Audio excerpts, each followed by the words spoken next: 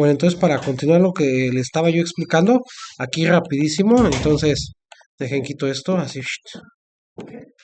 ahí está. Entonces aquí estamos en la cavidad nasal, fíjense, vamos a quitar las paredes laterales que las constituyen y entonces ya vemos como tal la cavidad nasal, pero que si nosotros la vemos desde el rostral, aquí tenemos los cartílagos nasales, hay un cartílago nasal dorsal, un cartílago nasal ventral, y por ejemplo en los perros hay algo que se llama cartílago nasal lateral que constituye lo que se le denomina ala, alas nasales. Sí, pero bueno, como pecuarios no nos interesa mucho eso. Aquí tenemos la cavidad nasal, que dijimos que es la responsable de llevar a cabo el proceso de acondicionamiento. Yo les decía de las conchas nasales. Eso que estoy marcando allí son las conchas nasales. Y a ver, voy a sacar mi lupita, pero primero déjenme poner unas flechitas para que ahorita que me acerque se pueda ver. Ahí está. Dejen saco rápido la lupita. Septum nasal, en latín, septum tabique. Entonces ahora sí pongan la atención a la lupita, ¿eh? Y no es lupita quebradora. Observando así la imagen como se les estoy proyectando, la flechita de arriba está señalando el meato nasal dorsal. La flechita que está a su derecha de ustedes está representando al meato nasal intermedio y la flechita de abajo está representando al meato nasal ventral, mientras que la flechita de la izquierda, si se pueden dar cuenta, está comunicando a los tres meatos anteriores. Ese se llama meato nasal común. Y toda esa estructura que yo veo aquí en azul y creo que ustedes en el proyector verde, esa es la concha o cornete nasal. Pero que se dan cuenta, tiene dos partes, una dorsal y una parte ventral. ¿Sí la distinguen? Bien, entonces, esas estructuras son las responsables del proceso de acondicionamiento. Entonces, después de ello, dijimos que están las coanas. Aquí pues no las podemos ver, este software no las incluye. Pero déjenme quitar aquí la mandíbula. Acá no, es que no las incluye. Pero deja de todos modos. Quito esto para que veamos la comunicación. Ese es el cornete. No las tiene. Aquí tenemos la nasofaringe, que dijimos que es la parte más dorsal de la laringe. Y luego después de esa tenemos la orofaringe y finalmente la laringofaringe. Obviamente la que comunica con la cavidad nasal es la nasofaringe. Y entonces pues ya podemos venir aquí. Déjenle pongo el digestivo nada más para que vean el esófago, cómo se encuentra en dorsal. Ese es el tubo, dorsal es el esófago y ese es el ventral en el que nos vamos a remitir ahorita en esta clase que está representando a la tráquea. Y la tráquea es un órgano tubular que sigue el principio tanto de tubulación como de estratificación y te voy a dar sus capas de exterior a interior para que nunca las olvides. Una serosa o adventicia, cartilaginosa, submucosa y mucosa. Repito, una serosa o adventicia, cartilaginosa, submucosa y mucosa. ¿De qué depende que un órgano histológicamente posea una adventicia? Pues cuando la capa externa que se llama serosa tiene contacto con una, una capa de células que constituyen un epitelio plano simple, se forma una adventicia. Antes no. ¿Sí? Pero bueno, lo que tenemos que recordar es esto. La tráquea es un órgano en forma de tubo y se encuentra en la parte ventral del cuello. Dorsal a ella está delimitada por el esófago. Entonces, fíjense, todos los individuos, todas las especies domésticas que estudiamos, tienen anillos traqueales incompletos y dependiendo de la especie están aplastados dorsoventralmente, parecen media luna, tienen forma de C o de U. Y las únicas especies que poseen los anillos traqueales completos son las aves, nada más. ¿Sí? Y aquí está lo que les platicaba de la laringe, pero vamos a ver también los huesos del aparato y ahorita voy a quitar estas glandulitas, no nos sirven para esta clase, para que vean los huesitos que les mencioné y no se les olvide jamás. Entonces, del más dorsal al más ventral es el timpanoideo o timpanoioides, luego tenemos el estiloideo, luego tenemos el epioideo o epioides, como le quieran decir es correcto, el ceratoioides, tenemos el tiroides y finalmente el basioides, justo como te los mencioné. Y aquí tenemos los cartílagos, como te los dije, de craneal caudal y de dorsal a ventral. Miren, este chiquitín en forma de hoja es la epiglotis o cartílago epiglótico. Luego te dije, tenemos constituyendo el, el techo, tenemos el aritenoides, que es este que está aquí. Bueno, este lo voy a quitar. Este está formando la parte ventrolateral de la laringe, que es el tiroides, pero dorsalmente, pues, constituyendo el techo lateral es el aritenoides y finalmente el que tiene forma de anillo es este, el cricoides, ¿sí? Y entonces, como estamos hablando de respiratorio, pues la tráquea está aquí, fíjate, desde las narinas hasta los bronquios o los bronquiolos de transición se les denomina vías de conducción. ¿Qué entienden por la expresión vías de conducción? ¿Qué van a conducir y qué creen que conduzca? Aire solamente, ¿sí? Y si decimos vías respiratorias o bronquiolos respiratorios, ¿a qué les suena? ¿Qué creen que vayan a hacer los bronquiolos respiratorios? Llevar a cabo el proceso de intercambio gaseoso. A eso se le llama hematosis con H. Es decir, que el oxígeno va a pasar de la luz alveolar al lecho vascular y viceversa. Del lecho vascular a la luz alveolar va a pasar el CO2. Y entonces, para que no se lo imaginen y me entiendan, rapidísimo un dibujito.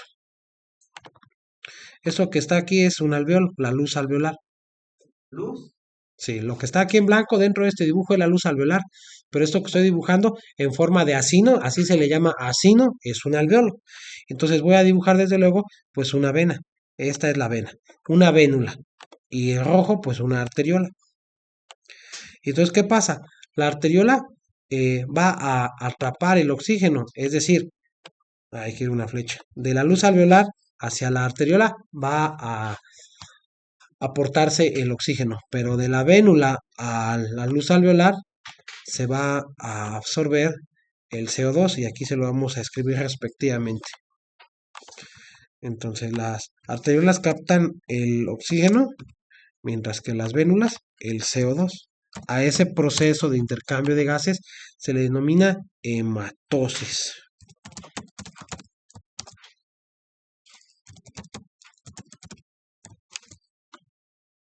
Hematosis. ¿Sí queda claro? Sí. Entonces, los pulmones tienen algunas funciones.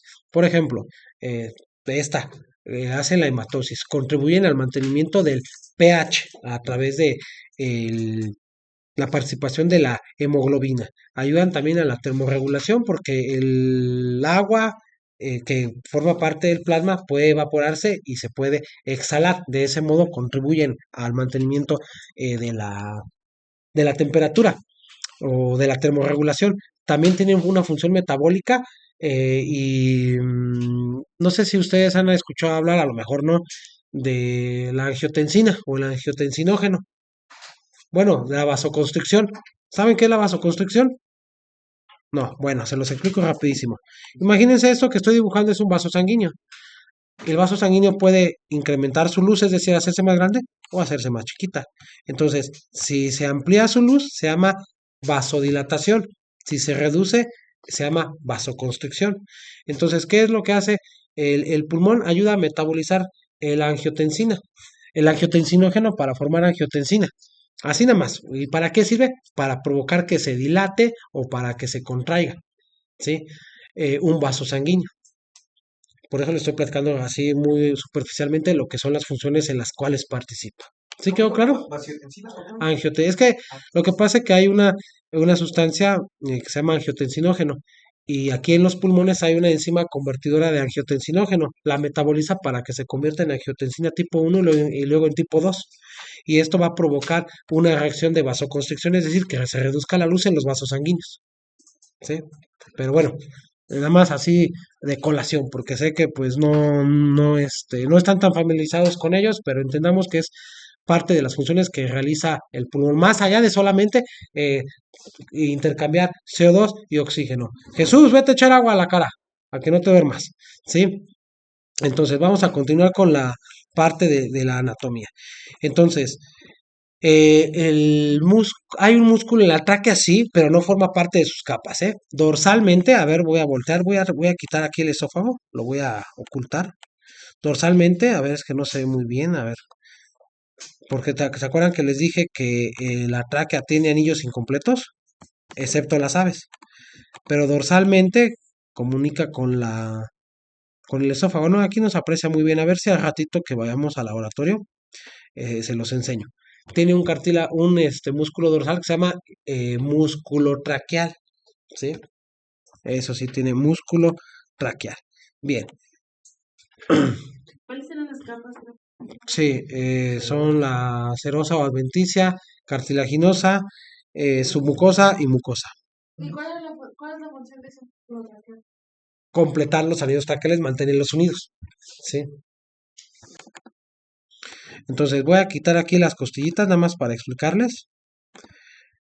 Les voy a explicar el 3 por 3 por 3. A ver, ¿saben cuál es el 3 por 3 por 3 de los pulmones? No me van a decir que 27. No. Tiene 3 bordes, tiene 3 superficies y 3 regiones mediastínicas. Ahorita te las explico. Por eso estoy quitando los huesos planos que constituyen el límite lateral de la cavidad torácica. Y hablando de límites, ahí te van cuáles son los límites de la cavidad torácica. Lateralmente, las costillas. Dorsalmente, el cuerpo de las vértebras torácicas. Pero anótale, y no te van a olvidar. Aquí está en el de ese. Bueno.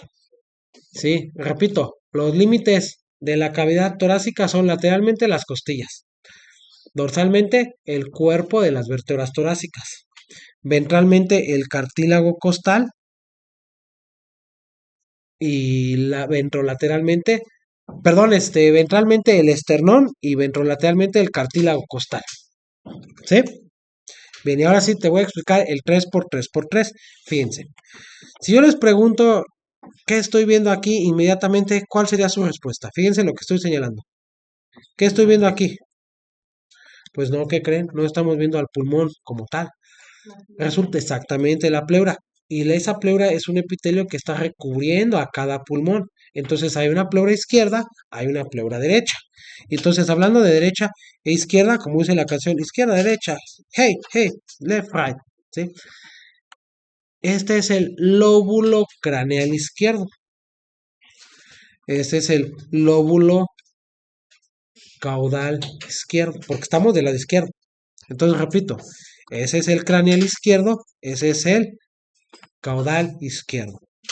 Y entonces eso me hace recordar el principio del zigomorfismo que nos dice que el cuerpo de un animal se puede dividir en mitades asimétricas. Fíjate, recuerda los pulmones que hay en izquierdo porque ahora nos vamos a ir al derecho. Fíjate.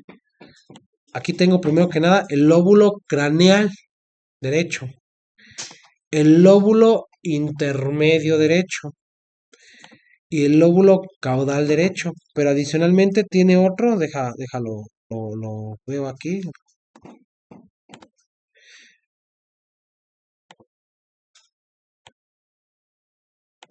Ahí está, ese que estoy señalando.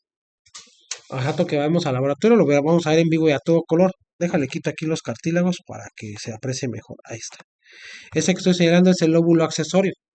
Te repito cuáles son los lóbulos del pulmón derecho. Fíjate, tenemos el lóbulo craneal, el lóbulo intermedio, el lóbulo caudal y el lóbulo accesorio. Son 4 lóbulos que tiene el pulmón derecho. Todas las especies tienen lóbulo accesorio. Y te voy a hacer un dibujito para entender por qué. Aquí tenemos la tráquea, aquí tenemos los bronquios. Ah, que por cierto, hay solo 2 bronquios, el bronquio izquierdo y el bronquio derecho. Y de ellos pues se pueden derivar los bronquiolos, que pueden ser primarios, secundarios, terciarios, lobares, segmentarios, terminales, transitorios y respiratorios. ¿Eh? Y a esto que estoy representando aquí se llama árbol traqueobronquial. Entonces, fíjate, vamos a decir, aquí estamos en el lado izquierdo, izquierdo. Y aquí estamos en el lado derecho. Entonces, ¿qué órgano, además de los pulmones, que forma parte del sistema cardiovascular, está inclinado hacia el lado izquierdo en la cavidad torácica? El corazón. Entonces, el corazón está más pegado hacia acá, hacia la izquierda. Entonces, date cuenta que está ocupando un importante espacio que bien pudiera estar aprovechando el pulmón. Por lo tanto, pues el lóbulo craneal izquierdo va a ser más pequeñito a comparación del lóbulo craneal derecho. Pero pues aquí nada más va a tener otro lóbulo que es el lóbulo caudal izquierdo.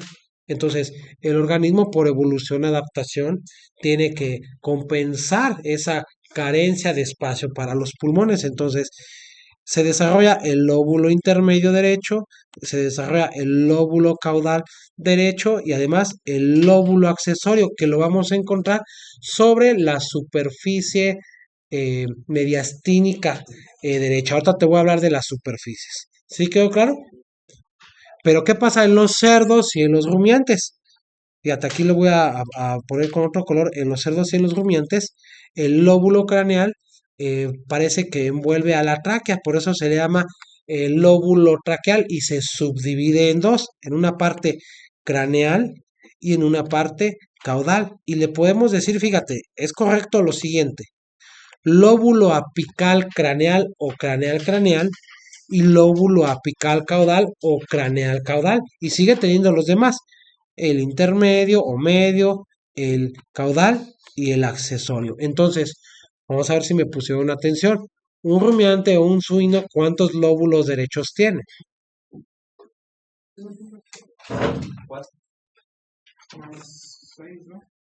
A ver, cuéntale.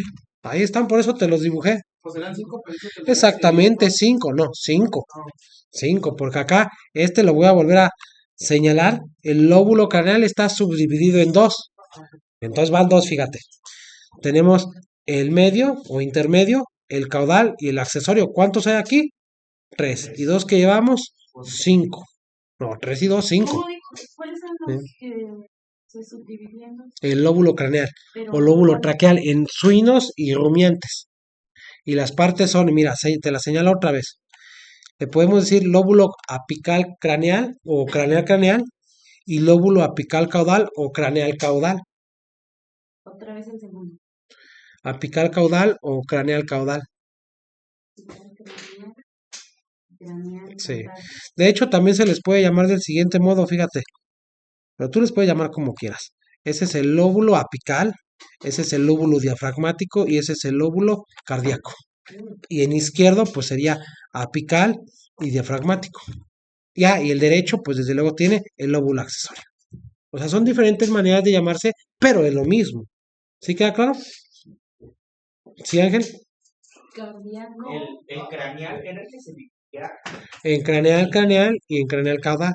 y luego le sigue El intermedio o medio y el luego caudal. Y en la parte ventral el accesorio. Hablando del pulmón derecho. O sea, en cines rumiantes no hay cardíaco, nada más traqueal. El traqueal se subdivide en craneal craneal y craneal caudal. ¿Sí? ¿Y los otros sí hay cuatro? ¿Mande? Los demás, ¿Los demás qué? animales. No se subdivide. O sea, permanece como un solo lóbulo. En rumiantes y suinos se divide en dos lóbulos ese mismo lóbulo. ¿Se queda claro? Bien. Entonces continuemos. Ah, caray. Estamos en los pulmones. Y en los pulmones ya casi acabamos, pero no te he explicado el 3x3. Ahora sí ahí te va el 3x3. ¿Te acuerdas que te dije que aquí está recubierto por la pleura? Pues esa pleura tiene diferentes posiciones y con base en esas posiciones es el nombre que va a recibir. Fíjate muy bien, mira. Ya que sabemos los nombres de los lóbulos, aquí tuve que quitar las costillas. ¿Estás de acuerdo? Y las costillas tienen contacto interno con los pulmones. ¿También estás de acuerdo con eso? Entonces, esa cara de los pulmones que contacta con las costillas, pongo la raya más grande para que se aprecie. Salud.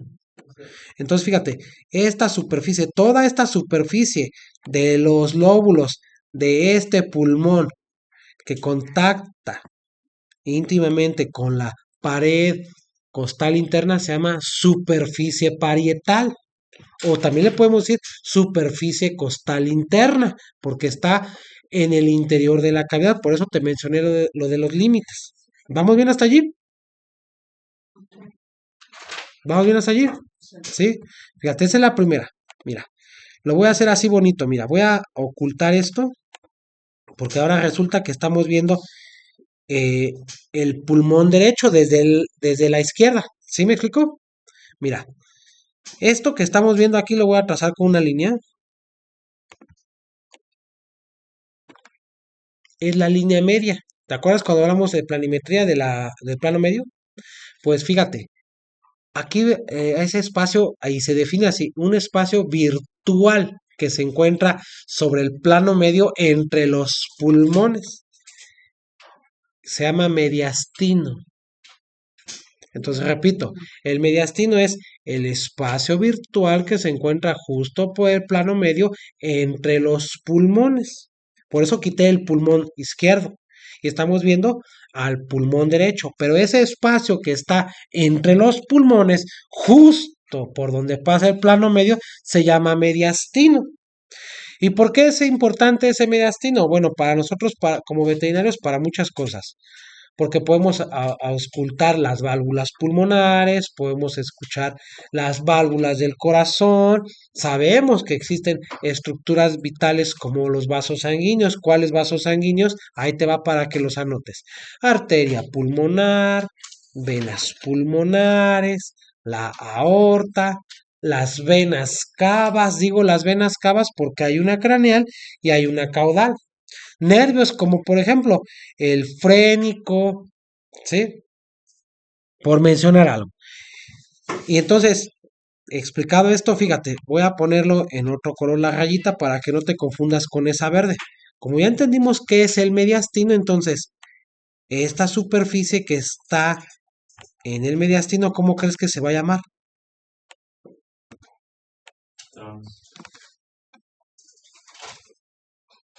Mediastínica.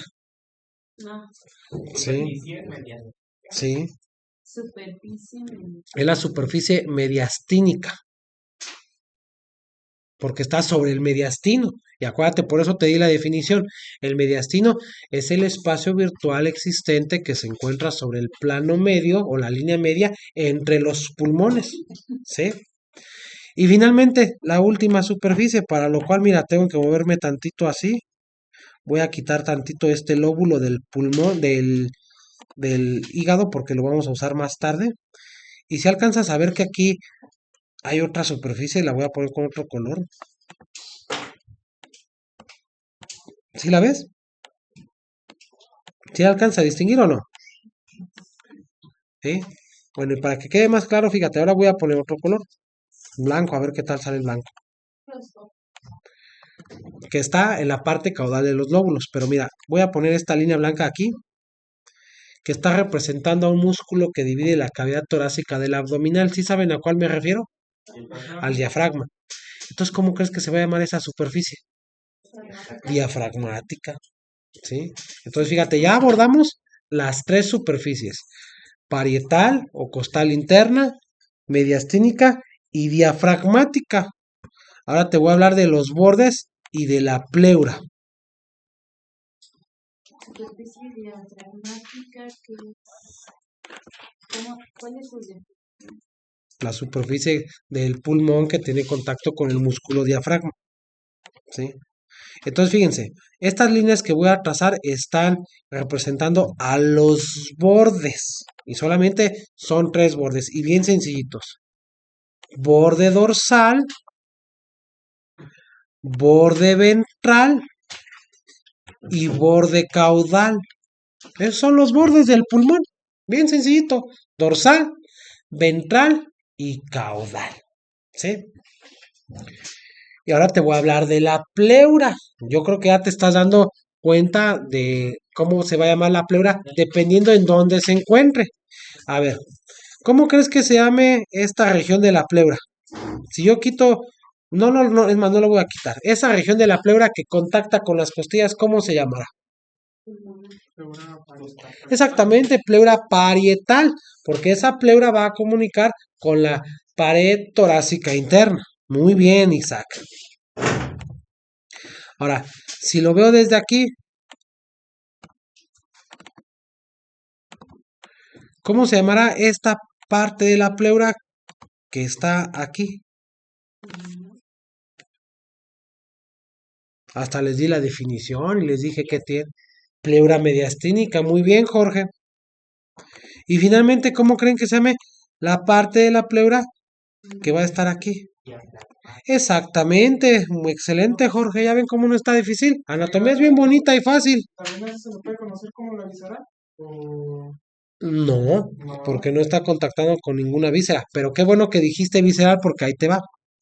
Voy a tomar un pedacito de la pleura y la vamos a ver aquí microscópicamente. Mira, ahí está la pleura.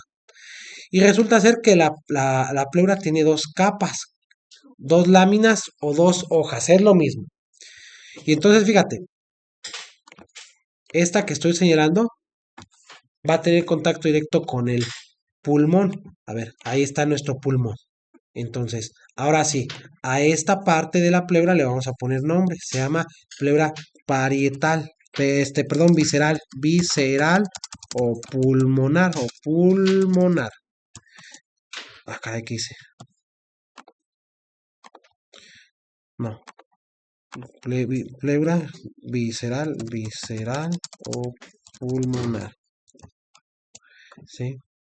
Se llama pleura visceral o pulmonar porque es la parte de la pleura que tiene contacto directo con el órgano en cuestión, que en este caso es el pulmón. Y la parte externa, que es esta, se llama pleura parietal. Parietal o serosa. Es la parte externa, la que no tiene contacto con el pulmón. ¿Sí queda claro? Entonces vamos a ver si sí es cierto. A ver, Jessica, ¿cuántos bronquios hay? 2. Jorge, ¿cómo se llama el proceso de intercambio de gases? Pegar, respiración. No, acá te ayudó Isaac, hematosis. Cristian, eh, ¿cómo se llama la estructura en donde se van a llevar a cabo el intercambio de gases? Esa que dibujé que parecía un racimo de uvas.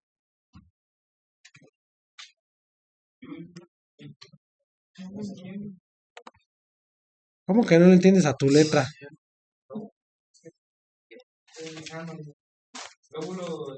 No. Alveolo, pero ahorita qué bueno que mencioné esto, por eso volví a hacer el dibujito. El alveolo junto con esos vasos sanguíneos constituyen el espacio alveolo capilar. Esa es la zona o la región en donde se lleva a cabo el intercambio gaseoso. Muy bien, vamos a ver si sí es cierto. Continuamos. Jesús, ¿cuáles son las tres superficies de un pulmón? De las costillas.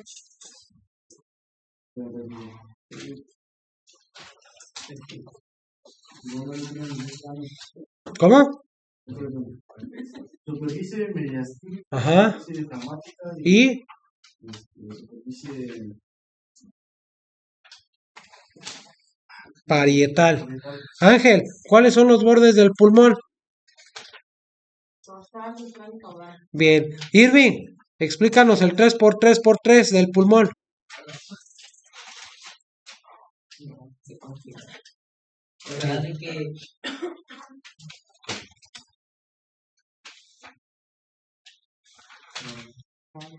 A ver, ¿quién le ayuda? Tres A ver, superficies, ajá. tres bordes y tres pleuras. Bueno, no son tres pleuras, son tres regiones de la pleura, porque pleura solamente hay dos, una en cada pulmón. José, ¿cuáles son las láminas de la pleura? La parietal, marítima y diafragmática. No, ¿quién le ayuda? Fue el último dibujito que hice. Parietal y visceral. Parietal y visceral. Muy bien. Y con eso ya acabamos de esto de aparato respiratorio. Ya nada más voy a mencionar algunas cosas importantes. En los mamíferos, por ejemplo, a nivel de lo que es la laringe, se participa para los procesos de fonación, es decir, hay unas estructuras que se llaman rima glotis, cuerdas vocales, que son las responsables de producir el sonido. Y en el caso de las aves, ¿dónde se produce el sonido? En la siringe. Y la siringe se encuentra justo en la bifurcación traqueal. ¿Sí? Ahí para que lo tengan en cuenta. En los mamíferos, en la laringe, en las aves, en la siringe. Siringe, pues es el órgano de la fonación en las aves. ¿Y de los mamíferos? Laringe, con L. A ver, se las escribo. Laringe y siringe.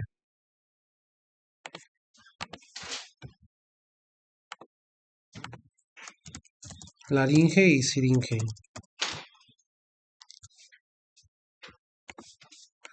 La laringe produce el sonido en los mamíferos y en las aves la siringe. A ver, Alexander, especie que presenta anillos traqueales incompletos. Incompletos. Todos excepto la sangre. Exactamente. Bien, ¿cuáles son los cartílagos de la laringe, Alejandra? Ay, el crico- Ajá, cricoides. cricoides, ay, ya se me olvidó. La, Ahí tienes tu apunte. ¿los puedo ver? Pues sí, ¿no? Para eso son los apuntes, para estudiar, para apoyarte. Cricoides, aritenoides, Ajá. epiglotis y tiroides. Bien, Giovanna, ¿cuál de los cartílagos de la laringe tiene forma de anillo?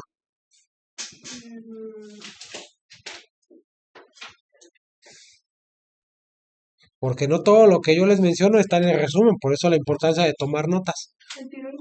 No, el cricoides.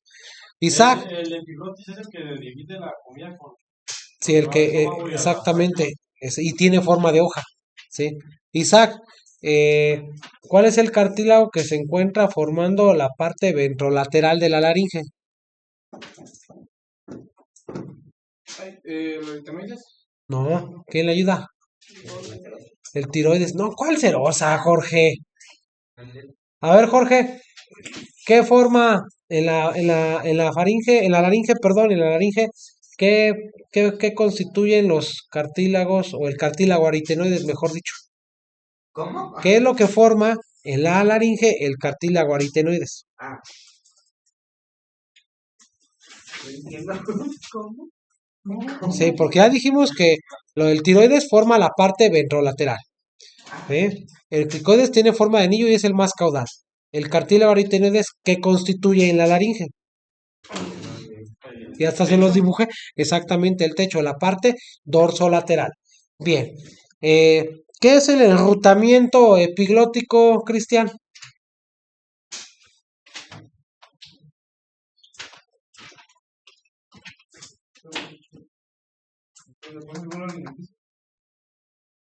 A ver, ¿cómo? Enrutamiento epiglótico, ¿qué es? Cuando ¿Se hace grande? A ver, ¿quién le ayuda? Pues es que hay que anotar bien. Ajá, Se cierra en contra de la tráquea para que pase el ajá, a veces para el respiratorio. exactamente. O sea, el enrutamiento, el laringe no es otra cosa más que hacia dónde se va a dirigir ya sea el bolo alimenticio o el aire. Y para ello tiene que cerrarse o abrirse en contra o en favor de la tráquea o del esófago respectivamente. A ver, vamos a ver una última pregunta y con esa nos vamos. Ángel Méndez, ¿sí? ¿Cuáles son las aperturas o las comunicaciones de la faringe?